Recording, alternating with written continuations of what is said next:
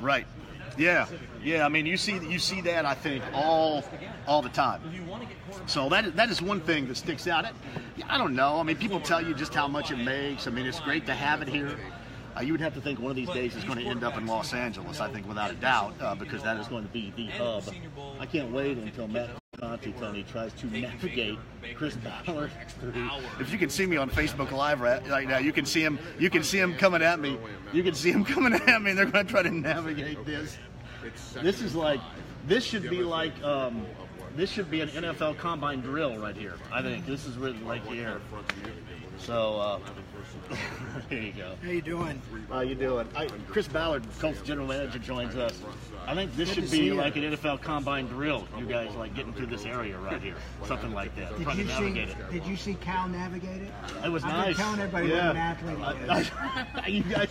You guys got right through it with no trouble whatsoever. How you doing? I'm good. How are you? It has been a heller. That's what they say. So you want to be a Indiana, GM? they say heller down there. This has been a heller couple of weeks. So you want to be a GM, huh? Well, where do we start with that? Because if there's a general manager's handbook, I swear to you, that's probably not got a chapter, does it? In how you handle that situation? I've had a year full of non-chapters. Yeah. In the book. Yeah, I don't. Here's what I felt, and we'll hit this and then move forward here because we got a lot to talk about and you got a lot to do. But I thought that day you came out after all this was learned, after the Tuesday call, you came out at the press conference and stood firm and said, hey, everything's going to be all right. Because we were kind of knocking around the idea, Chris, before that, hey, what if he does decide not to come here? What do you do? And by most NFL standards, I mean, you know this, that can be a tremendous black eye. That can cause chaos. But I thought you standing up there and standing firm and saying, hey, we got this. We're going to be great. This is going to be handled.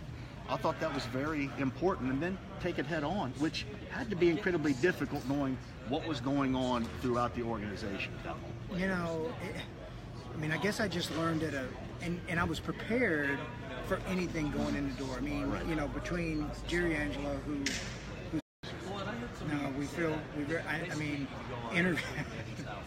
it's funny, when we're interviewing him, I mean, we're 15 minutes in, I'm going, what the heck was I thinking? I mean, he had presence, he had a vision, he's smart, his mind was really fast. It worked out. Didn't interview with anybody else this year, and it worked out the right way, and it always does. And look, if you keep working, you don't panic, things will work out. You're going to have storms. Lord knows, you're going to get criticism. You're going to have storms. Things aren't going to work out the way you want them, but you just keep working, and things work out the way they should. Chris Ballard joins us too. All right, moving forward, I thought this at your press conference right afterwards when you said that when asked about Andrew Luck, he's going to prove people wrong. That's as far, I think, you have gone as far as thinking, yeah, this is all going to be okay. Now, Jim has, and that's Jim's prerogative because Jim owns everything, but you have not. Was that your sense right there? Yeah. At the moment, yeah, this is going to be okay, and I think you re-solidified that just moments ago. Damn right. It's going to be okay because I believe in the kid.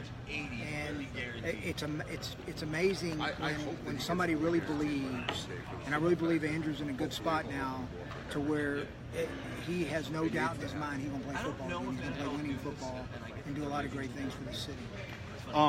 When people ask you, he's not throwing the football yet, you said that, but he's throwing weighted balls. What does that mean exactly? Look, he's working with Tom House, who's one of the gurus in this area. And a lot of it is working on a lot of muscle memory, a lot of fundamental just release, working on his release, working on tying his lower body. You know, Andrew, I think Andrew will tell you this, you know, a lot in the past, he wasn't a great lower body. You know, a lot of it was all in his shoulders and his upper body, and they're really working on tying his hips and his lower body into his ups to take some stress off his shoulder. And that just takes a little time.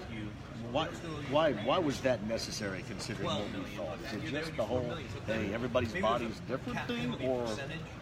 Yeah, I can't argue that. I promise you, if I had an answer, just this is the answer, I would. I mean, y'all been around me long enough. I mean, when I screw it up, I'll tell you I screw it up. If I have an answer, I will give an answer. When you said the whole thing, when you answered the question about Frank Reich, I said, you didn't even have to say that. And that was something. I mean, yeah, that's completely honest. I just, and I try to help people understand when they ask me this, when the fans call in, and there's just no good way to put it other than he just simply didn't react like everybody else would, and you guys had no idea.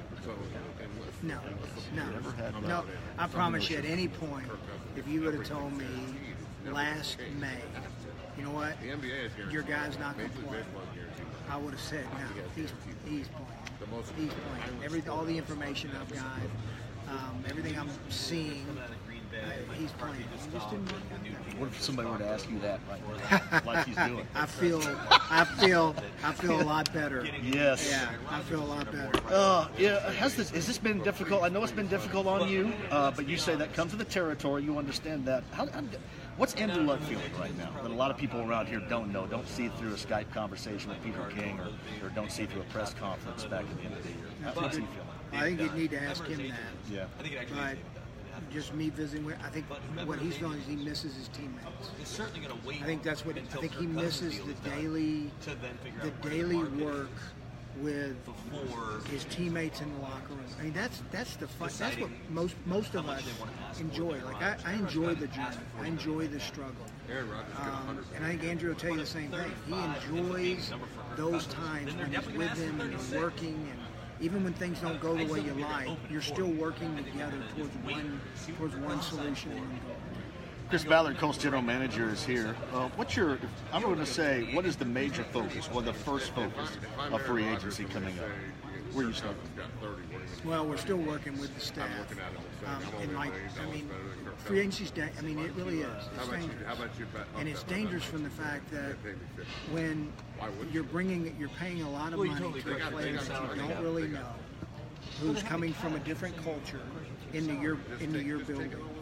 And so you've got to be very selective in what you do. We got needs all over the roster. I think people they understand where we're at. So what we'll do is I thought last year our guys did a great job. I mean, defensively last year, I remember walking in the building and looking at something. We need 10 starters. We got to find 10 starters here. And I thought our pro staff did a tremendous job identifying good values for us to go out and get the Jabal Shears of the world, who I think is a really good player and a good value. Woods, really good value player.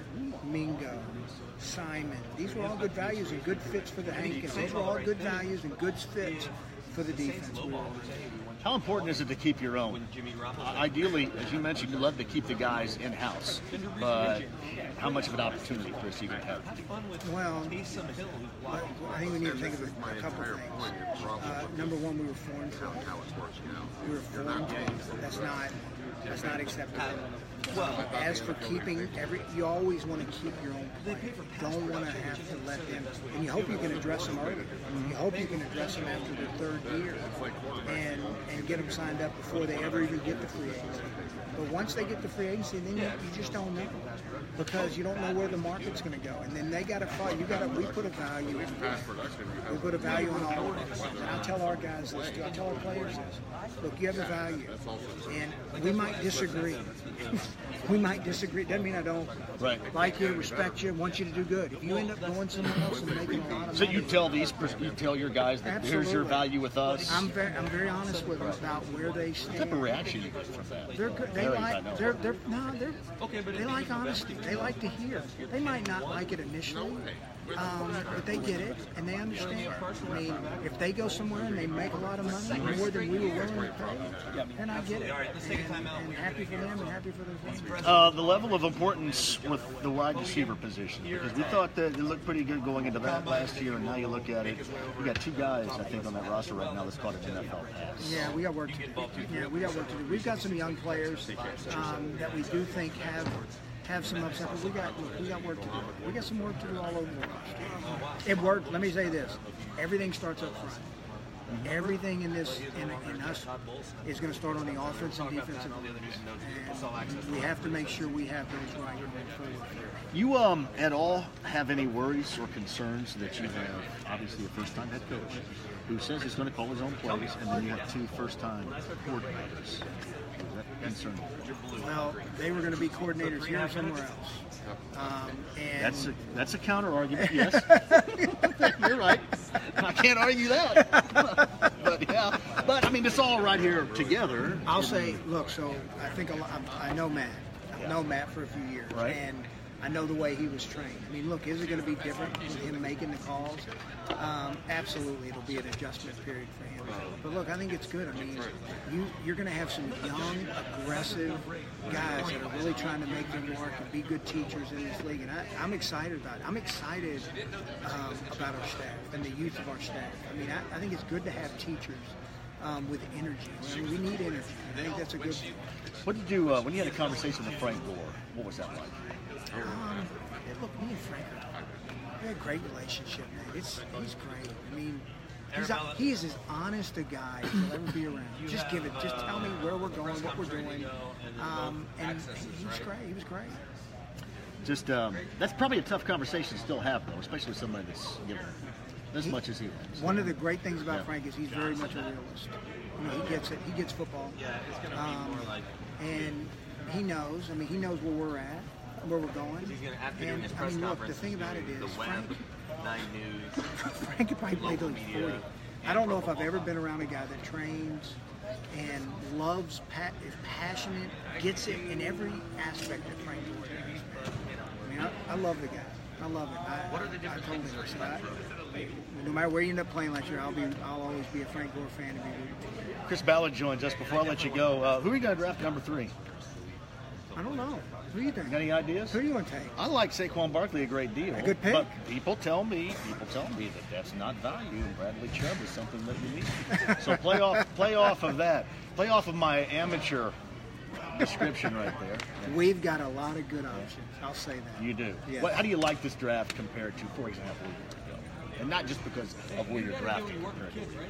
I think every good draft has good players in it. And I just think you have to go and look and find out. And then you got to find out where the depth is in the draft, and does it match your value, and then be able to slot it to where you get the players you're kind of targeting along the way that you think is the best player at that spot. But I think I always laugh when people say, "Oh, it's a weak draft." And there's players in every level, and I'm talking from undrafted free agents to the first pick in the draft. There's players in every draft. One final thing: how good was Jim in all of this transpired over the past month? Your owner. He was great. He was great. He doesn't. I mean, Jim's passionate about football, and he knows it too. And he knows he's been a GM. I try to tell people that too. And he doesn't ever get in panic mode. I mean, he's emotional. I had my moments of being emotional, but he was great. How emotional did you get privately? No, it was good. I was good. I kept good control. Privately? I've learned. Yeah. I've learned as I've matured. It's only taken me 48 years to mature. But as I've matured, I have learned to keep my emotions in check. At that moment, and there was no, you never thought, no inkling at all this was going to happen. That was just, that had to be, is that the biggest curveball in your career at any level? Yes. But the Edwin and Jeffrey Monroe thing really put it on. Those 2 days, dealing with, that situation and the unfortunate loss of 2 really neat people and great people, and that kept me and gave me a different perspective. I know you got to run. Thanks for stopping by. Thank you. Especially Thanks since for having we're me. parked over here in Westfield compared to where you just Where did y'all? Last year they had you over in the pickup. I don't know. Look, and you guys had to run the gauntlet to get through here. You're in the station and they got you on the back. I'm parked over here in Carmel right now. I don't know. Thank you, brother. Hey, good to see you, man. Thank you. Chris Ballard, General Manager. Thank you, Matt. Appreciate that. There you go. NFL Combine is where we are. Appreciate y'all. Thank you very much, Chris. Appreciate it. 239-1070. We'll play off of that. There's a lot of stuff right there. As they like to say, there's a lot of meat on that bone. We'll play off of that coming up on the other side. Charles Arbuckle is going to join us, and we'll have a conversation as well with Kevin Bowen, who's going to stop by here from 1070fan.com. Live for the NFL Combine. We're back with you.